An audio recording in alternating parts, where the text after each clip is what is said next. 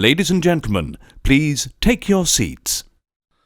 You know, we tend to underestimate the storytelling power of a song. And if you're within the sound of my voice, that must mean you are in the seats with once more. As always, my name is Dave Voigt, and I'm the host of this podcast where we sit down with a wide-ranging variety of industry professionals, and we pick their brain about current projects, state of the industry, how they got started, and so very much more in a light and conversational fashion. And if you like how we do things around here, and, you know, I'm going to go on a limb and assume that you do because you're listening right now, you can subscribe to the podcast. You can find us over at Apple, Amazon, Spotify, Google, basically wherever you get your podcasts. And plus, we archive every single one of our episodes over at our In the Seats YouTube channel. So if you can give us a like and subscribe there, we'd really appreciate it. Also, don't hesitate to follow us on social media. You can find us over at Facebook, Twitter, and Instagram, and either at In the Seats or at It's Podcast One for all sorts of fun updates. And finally, and I do dare say most importantly, please pay us a visit over at In the Seats, intheseats.ca, for all the latest and greatest from the world of film, television, basically the moving image at large. Because if we love to watch it and write about it and talk about it, we love it when you come and read about it. So please stop on by. On this episode, we got an interesting one. An interesting film called Hard Luck Love Song from writer-director Justin Corsbie, and it's based on a song from recording artist Todd Snyder, and the song's called Just Like Old Times. It's a love story about a charismatic but down on his luck troubadour living out of cheap motels and making bad decisions. I know it sounds like a bit of a cliche, and it kind of is, but it leans into it, and it really explores a lot of interesting stuff in the film, and it's got some great character work in it, and it's on VOD platforms now from our friends over at Pacific Northwest Pictures.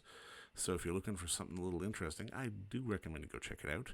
It's got the likes of Dermot Mulrooney, Eric Roberts, Melora Waters, RZA. It is a cavalcade of interesting character actors who do a very good job in this really unique and occasionally beautiful looking film. And we talk with Justin just not only about the origins of the story, but just sort of songs in general, and sort of pulling storytelling out of that, and just sort of different kinds of storytelling, and you know, what it means to his career in film, and so very much more, like we always do. But go check out Hard Luck Love Song, which is on VOD platforms now, and enjoy our talk with Justin, because quite frankly, it's a good one. But no, just first off, man, thank you for the time today, and congratulations on the movie, man. I really enjoyed it. Thank you so much. Yeah, and thanks for the kind words.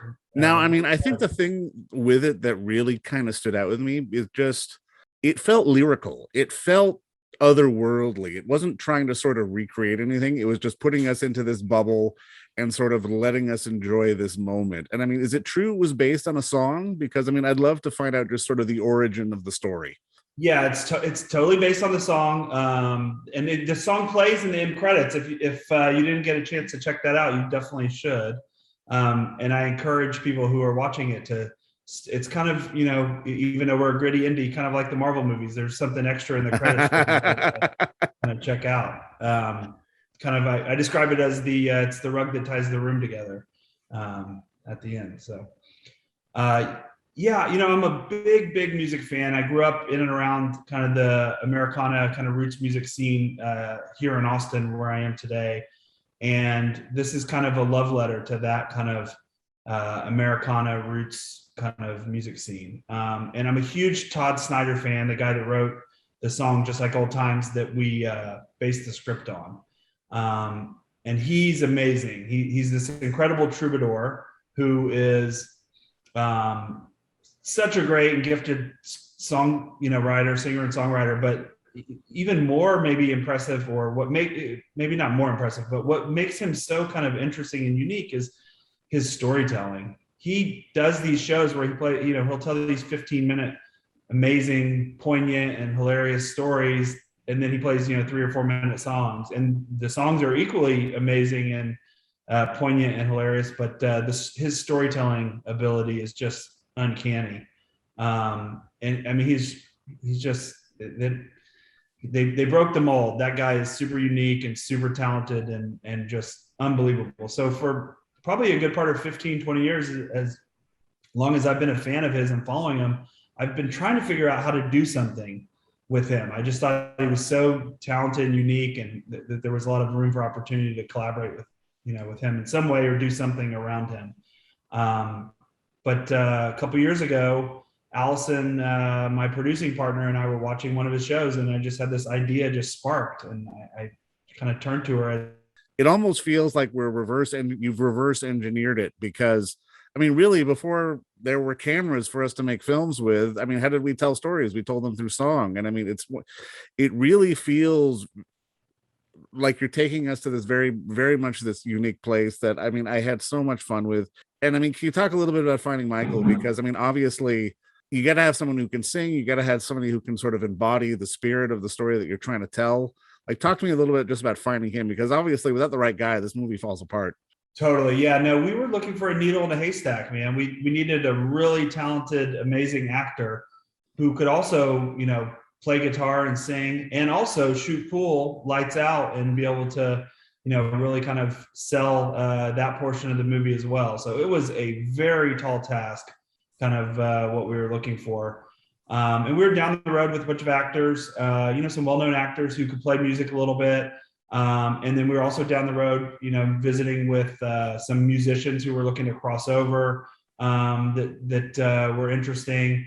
And around the time where we were kind of meeting with like maybe, I don't know, 5 or 6 kind of top candidates or something like that, Michael Dorman's manager sent over the pilot episode of his show Patriot that was on Amazon. And if you haven't seen the show, I highly encourage everybody to check it out. It's an amazing show. The pilot episode in particular is just one of the best pilots or episodes of television ever produced, as far as I'm concerned. And about halfway through the show, he plays this Townes Van Zandt song called If I Needed You, which is one of Townes Van Zandt's kind of probably most revered songs. And it happens to be the song that Allison, my producing partner, and my wife walked down the aisle to at our wedding. And so she and I kind of instantly just turned and looked at each other and were like, this is it. This is the guy. That's him. And pretty shortly after that, he was based, he's a Kiwi, but he was based in Australia at the time. And so maybe, a few days later or a week later or something, we had a phone call with him, and he and I really hit it off. And he really vibed on kind of the story and the script. And then a couple of weeks later, he was in LA doing kind of awards circuit stuff for Patriot, because the first season was about to launch, and they were doing all the kind of press screenings and award stuff. So we got to sit down with him over dinner. And it happened to be his birthday that we met up with him and went out to dinner with him at this restaurant that we love in LA. Which has since become kind of a little bit of a standing appointment we have with him. Is on his birthday, we try to go to that restaurant. So yeah, he's amazing. He really, really brought it in this movie. So dedicated, so talented, and talented, in so many different ways, pool hustling, music, acting, you name it. The guy can do it. Can you talk a little bit just about finding the right people for the right parts? Because obviously there's some really distinct characters in here. Like I said, I barely recognize the Dermot. RZA has his own sort of musical lore that he's kind of steeped to. Can you talk a little bit just about sort of the overall casting and finding the right people for the right parts? Because like I said, we're existing inside a song as we watch this movie, and it really comes across. Yeah, real fortunate. This is my, first feature film. And I just feel real fortunate we were able to get just a killer cast for this small movie. So Dermot is amazing in it, and he's kind of most well known. I mean, he's a great actor and has done a ton of stuff, but kind of most broadly known as being kind of a romantic lead, often opposite Julia Roberts, his longtime friend, and I think they had a love interest or relationship at some point years and years ago, but they're longtime friends and often collaborate together. So the idea of like taking him, who's kind of probably most well known from kind of being, in the rom-coms and in some of the kind of romantic drama movies, and kind of turning him into this like full dirtbag. That's really fun. We did a bunch of stuff to him to age him, like his, we did all this skin damage kind of makeup and neck tattoos and face tattoos, and he's got a grill going on, and so we had a lot of fun with that, and he had a lot of fun. And that haircut, obviously, that was like a big aspect of it. So we had a lot of fun with that, just to see that transformation. He's such a great actor and such a great dude. It was really cool to see him kind of transform that way. And I mean, he's almost unrecognizable. People are like, wait, I cannot believe that that's Dermot, and it's just remarkable. So that was a lot of fun, and I grew up in the 80s and 90s and was in high school in the mid 90s, kind of Wu-Tang Clan at their peak, and I'm a huge Wu-Tang Clan fan, and so that was just a dream come true to be able to cast RZA in this role. And he's obviously a music icon, but he's also this really successful director in his own right, which is great to have as part of the team and on set. Really helped kind of our intense scenes that we had to do with him. Really helped those kind of come off relatively without a hitch, even though we had a lot to do and in a short amount of time. So that was amazing. And we just really vibed. He and I sat down and we really vibed. Not only did he like the character and the role, which we kind of worked to flesh out together, but he just really liked the whole concept of like, this is music as storytelling. He really believes in music as storytelling. So he and I really vibed on that concept and that idea. And he liked kind of the project overall, and the idea of taking songs and turning them into narrative films and narrative content. And so that was something that we kind of really kind of bonded over. And he's just great. And, one of the things we really look to do, we try to take some of these kind of archetypal characters in this film and then kind of, flip some of the elements of those things. And so we've got him where, at first it's a misdirect. You think one thing and Jesse thinks one thing, and then we kind of reverse that a little bit. We reveal some other kind of more layered nuance to him. And then, he's this heroic character for a moment, and then he's kind of threatening, scary character for a moment. And ultimately at the end, we find out he's just another human who's, he's getting his heart broken in this situation. And he's kind of just another human that exists in this story. And he's like layered and fleshed out and, quite complicated of a guy. And, I kind of describe it as like,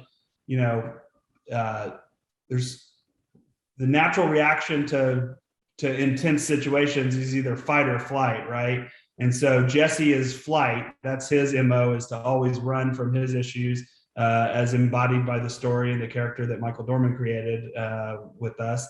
And then the opposite side of that coin is look, but to actually fight. And so we got to kind of explore those kind of things in those two characters in kind of a interesting and dynamic way that I thought kind of really served the story. So that was a lot of fun.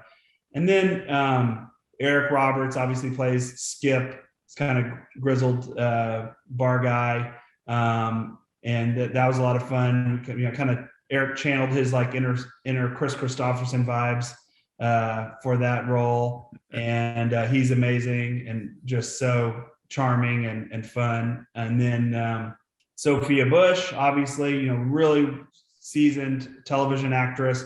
We hadn't seen her do anything like this before, and I thought that would be really interesting for audiences to see her do something a little grittier and more indie. Sure, yeah. Kind of push the envelope a little bit. So she was game and on board and really leaned into it. And that chemistry kind of between her and Michael Dorman, the Carla and Jesse characters, is just off the charts. So they really kind of made that, brought that to life and made that happen. It was magical to kind of see it unfold, in front of our eyes. And then, we got Brian Sacca, who's this, kind of great multi-hyphenate writer and actor, who most people probably know him from The Wolf of Wall Street. He's one of the kind of douchebag traders at the firm in the Wolf of Wall Street, who's doing ridiculous things. But so yeah, he had a heavy lift. He had to be kind of poignant and kind of be the comic relief at the same time, which is not an easy thing to do. But he really brought it, and we had a lot of fun with that. And I do a lot of improv comedy commercials I've had a successful commercial directing career, and so getting to kind of lean into some of that kind of improv-y kind of stuff with him was a lot of fun, and kind of got to mix it up a little bit, doing stuff with him to kind of bring some of the dark humor to the story. So. No, I mean, I love the idea of turning music to narrative.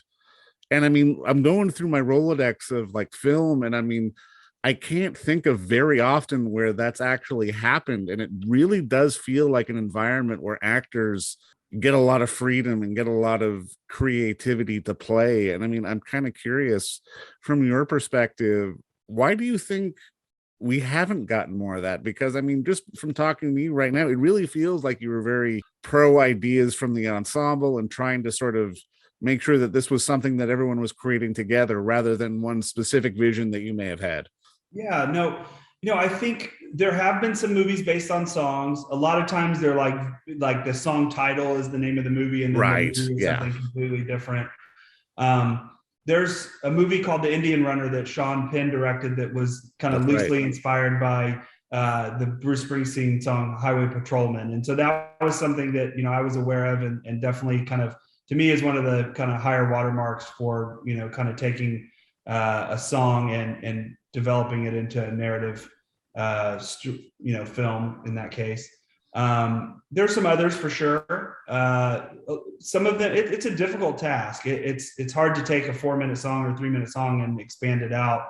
I'm not sure I've ever seen one that probably followed as much of the song as ours does. Obviously, there's much that's expanded on in order to make a full film. But one thing that we've really noticed is when audiences watch the movie and see the end credits and see the song kind of recapping what they've just seen in the movie, it's this kind of aha moment for them that it's kind of magical when we see that happen, and people are like laughing out loud and just kind of surprised how much we were able to incorporate from the song, but also even beyond that, from Todd Snyder, the songwriter that wrote the song, from his entire catalog of music and all these, well-known stories that he's kind of told over the years as he's traveled around, playing music for people. And so for the Todd Snyder fans, when they see this thing, their minds are just blown, because there's just dozens, if not hundreds, of kind of references and Easter eggs embedded into the film itself.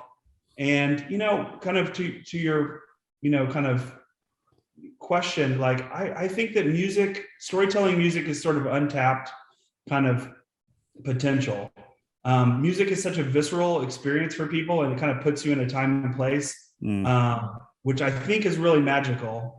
And trying to kind of harness some of that is kind of what one of our goals was.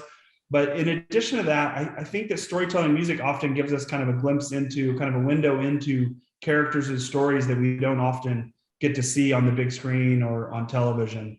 They're kind of sometimes they're people who are on the margins and living on the fringes and stuff like that. And that we've tried to kind of embrace that with our story. It's got, our film has like kind of a 70s character kind of steady vibe to it, and also like kind of seeing some people that that don't live among polite society. I would say they're in dive bars and juke joints and kind of seedier side, kind of on the margins a little bit. And I really think that there's some interesting things to explore there in the margins, and I really kind of embraced that for this. How involved was Todd in the entire process? Because I mean, I've got to imagine sort of in his head, there might've been a visual aesthetic to sort of the story that he was telling, and watching what you put on the screen, it really felt very almost like neon, but noir at the same time. And I mean, I love that motel. I'd like, please, you've got to tell me where that motel is so I can never go to it. But it's a great location. Yes.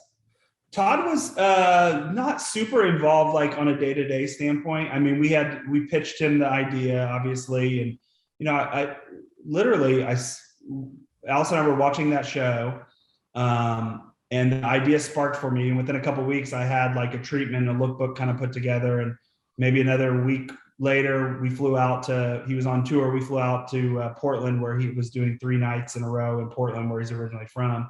And sat down with him and pitched it to him, and he was like, heck yeah, sign me up, I'm ready. So he was pretty instantly on board.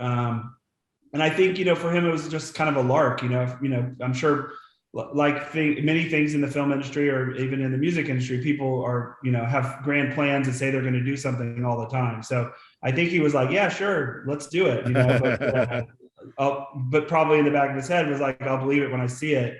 Now that it's kind of launching, nationwide here in the States and limited release there in Canada, it's kind of really set into him that it really happened. It's real. And he's really excited about it. He's been out on the road plugging the film and all that. We did a sneak peek in Nashville a couple of weeks ago during Americana Fest, which is like their big kind of almost like South by Southwest, but for Americana music in Nashville. And we did a sneak peek there for like music industry folks and musicians and kind of some of the Todd Snyder super fans. And it just went over so well. People were just, roaring in the theater in appreciation of it. And Todd was there and we did a Q&A. And then the next night he played at the Ryman, big sold out show at the Ryman, and he plugged the film, and people in the audience at the Ryman who had either seen it or had heard about it and knew about it were like, were cheering and going crazy, for wanting to see it and all that kind of stuff. So he's excited about it. And,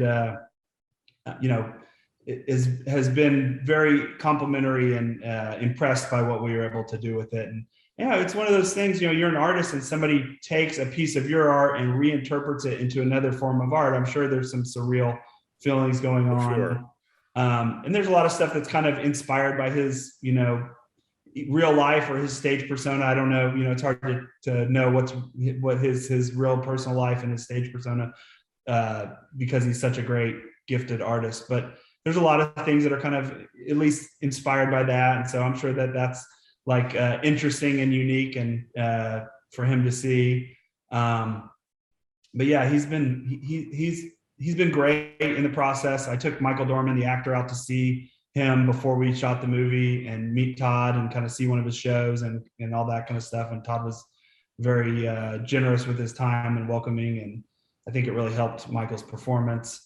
Not that he was playing Todd specifically, for but sure, yeah, helped kind of as far as like, getting some inspiration from what Todd's all about. How important was it for you to make the film like basically nowhere? Like if we had been watching this film and seen sort of recognizable geographic landmarks or known that it was placed in a certain city, it feels like it would have come across very differently. Yeah, it was important. It's certainly, I'm from Austin, which is like kind of the epicenter of this kind of gritty Americana kind of vibe. But, that exists in a lot of creative places. There's East Nashville is very much kind of has a similar vibe. Even Portland up in the Pacific Northwest has kind of a similar vibe. There's pockets of LA that have a very similar vibe. And this kind of hip, gritty Americana thing definitely travels. I mean, it's in New York, it's in, it's in Canada. I mean, there's a huge Americana kind of presence in Canada even. So, the idea was like, it's supposed to be, like I said, it's on the margins, it's on the fringe. It's like kind of where the creative class and the working class come together in these kind of dodgy neighborhoods. And it's affordable, so artists can live there and they can do their thing. And, I always envision it's like on the other side of the river or whatever, right? It's like where all the industry is and all the glitz and the glamour is happening like over there. And the people who are living in this kind of community don't really even know how to get over there quite yet. You know what I mean? They're very talented and they're very creative and they're kind of like one part working class, one part creative class. And that's the kind of neighborhoods that they're living in and doing their thing. And it's just a real rich atmosphere for people to be creative and to also kind of stay grounded and be in touch with like humanity and people and hardworking, regular folks and all that kind of stuff. So that's a lot of the singer-songwriters sort of embrace that because that's the stories that they're telling in the songs, So there's a real kind of history of that. And also it's just such a, rich place to find characters in those kinds of communities. And so what I wanted to do was not make it a specific one because, those places change all the time as those neighborhoods, as the creative folks in those neighborhoods make those neighborhoods cool and whatnot. They get gentrified and then they move somewhere else. And of course, yeah. So it's a kind of a moving target all the time. But so I didn't want to give it a specific place. Like I didn't want it to be like, oh, this is Nashville, or oh, this is Austin, or oh, this is, LA or Portland. I wanted it to have a general sense of it's on the fringe of one of these creative cities. It could be Memphis, it could be, wherever. It's on the fringe of one of those places. It definitely has like more of a southern and western kind of, vibe and sensibility to it for sure. But I didn't want it to be so specific. I wanted to it could be any of those places. And I wanted people to, like, we had a guy at a screening we did recently say, oh man, this reminds me of New Orleans when I used to live in when I lived forever, for 20 years in New Orleans, and had that kind of creative meets working class kind of vibe. And New Orleans is that one of those kind of places, you know what I mean? So we really tried to make it where everyone could see what their idea of what that place is. Austin, obviously, where I'm from, I pulled a lot from here to be able to kind of bring it to life. But we wanted to leave it where it's a little more open-ended for people. No, man, it's that ethereal neighborhood that everyone knows about and everyone can relate to. And it's a beautiful thing to see put up on the screen. And I mean, I think that kind of dovetails into my next question. And this is a bit of a silly one, but it's one I always like to ask. Like, think back to the younger days. Like, was there a film or even just talking music with you? Like, was there a song that kind of got you into this business and made you want to be a storyteller? Yeah, that's a good question. I love 70s character dramas. So I would definitely say that those movies influenced me to become a filmmaker. I mean, there's a little reference, I don't know if you caught it, but there's a reference to 5 Easy Pieces in the beginning of the movie. Yeah. Like, that's one that, when I watched that movie in high school, I just fell in love with it. So there's some Taxi Driver vibes to it. It's not as dark as that, obviously, but just like this lonely kind of guy, kind of living out his existence and kind of being a bit of a loner and trying to kind of make connections in the world, make, connections with other humans and stuff. I think that's kind of one of the themes of the movie is, everyone's kind of looking for human connection in the movie. And that's embodied with Jesse and Carla, obviously, but it kind of carries through. Officer Zach has the same kind of, whole in him, trying to kind of find connection with other people. Lewis, the character RZA plays, some similar kind of thing going on with him. So yeah, I really respond to those 70s kind of character dramas.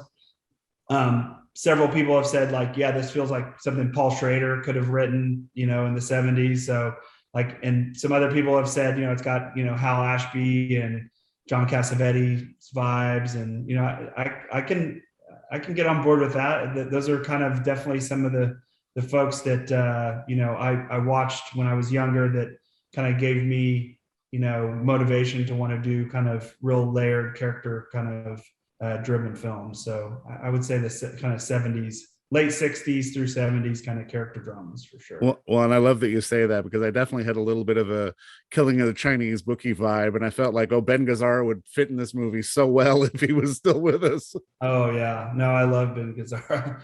I think I even shared that movie with Allison before we went to make Hard Luck Love Song. It definitely, all that neon and for sure, kind of slow burn kind of character drama stuff for sure influenced us. So no, I mean, I guess at the end of the day, now that it's out there in the universe, I mean, this feels very personal. Like, and I'm kind of curious, is this one of those ones that you can sort of let go and let sort of get out there and let people consume and watch, or is this going to be one of those projects that is probably going to hang with you for a little while afterwards?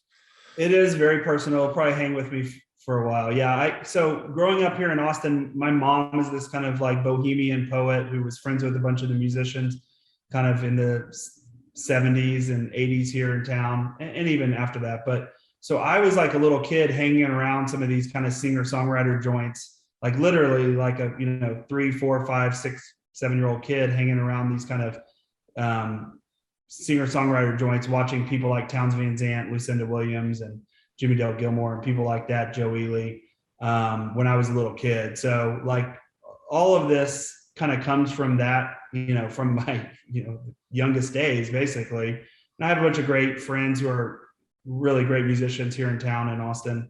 And I've watched them kind of have their successes and have their struggles, and not being able to get out of their own way sometimes, and all those types of things. So a lot of this is very personal stuff, and I'm also an artist. At the core of this movie, there's something about like the kind of selfishness and self-sabotaging nature of artists, right? So I'm an artist, and I am kind of dedicated to doing what I'm doing, and often to sometimes to the detriment of my relationships and stuff like that, because I'm so singularly focused on it.